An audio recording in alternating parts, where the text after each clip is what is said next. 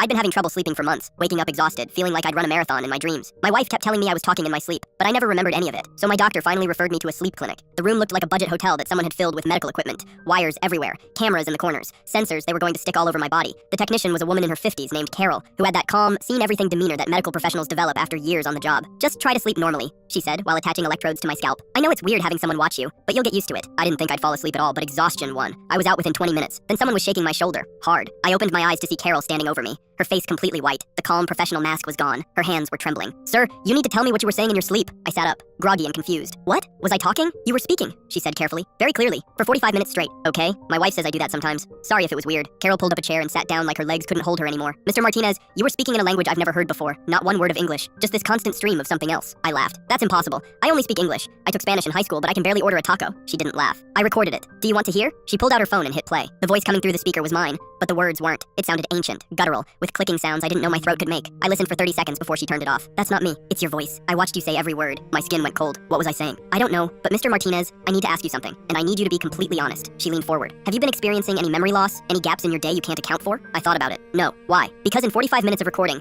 you said the same phrase over and over, hundreds of times. The exact same cadence, the exact same rhythm." She paused. "That's not normal sleep talking. That's recitation." "Recitation of what?" "That's what I'm trying to figure out." She played another clip. My voice, steady and monotone, repeating sounds that felt wrong in my ears, like my brain was rejecting them. "I'm going to be honest with you," Carol said. "I've worked here for 23 years. I've seen sleepwalkers, night terrors, people who scream bloody murder in their sleep, but I've never seen anything like this." She showed me her computer screen. The sleep study data looked like a seismograph during an earthquake. Your brain activity during those 45 minutes was off the charts. You weren't in REM sleep. You weren't in any normal sleep stage. Your brain was doing something we don't have a category for. I felt sick. "What does that mean?" "I don't know, but I think we need to stop the study. I think you should see a neurologist." "Wait, you're ending it?" "We're only 3 hours in." "Mr. Martinez, I can't in good conscience let you continue sleeping here." "Why not?" She hesitated. "Because right before I woke you up, you sat straight up in bed with your eyes wide open. You looked directly at the camera and smiled." She was shaking now. "Then you spoke one phrase in perfect English. You said, 'She's listening now.'" My blood went cold. "Who's listening?" "That's what I want to know." Carol stood up and started disconnecting my sensors. "I'm calling Dr. Phillips right now. He specializes in unusual neurological events. He needs to see you tomorrow." "Carol, you're scaring me." "Good. You should be scared." She pulled the last electrode off my scalp. "Because whatever language you were speaking, I sent a clip to a linguistics professor friend of mine. She called me back 10 minutes ago. And she said it sounds like Proto-Indo-European, a dead language that predates recorded history by thousands of years. A language you couldn't possibly know." Carol grabbed her phone. "She also said that based on the rhythm and repetition, it sounds like you were reciting a summoning ritual." I stood up fast enough to make myself dizzy. "A summoning ritual for what?" Carol looked at me with genuine fear in her eyes. She didn't know, but she said whatever it was, you'd been calling to it for long enough that something might have answered. She walked me to the door and handed me a card for Dr. Phillips. "Get there first thing tomorrow.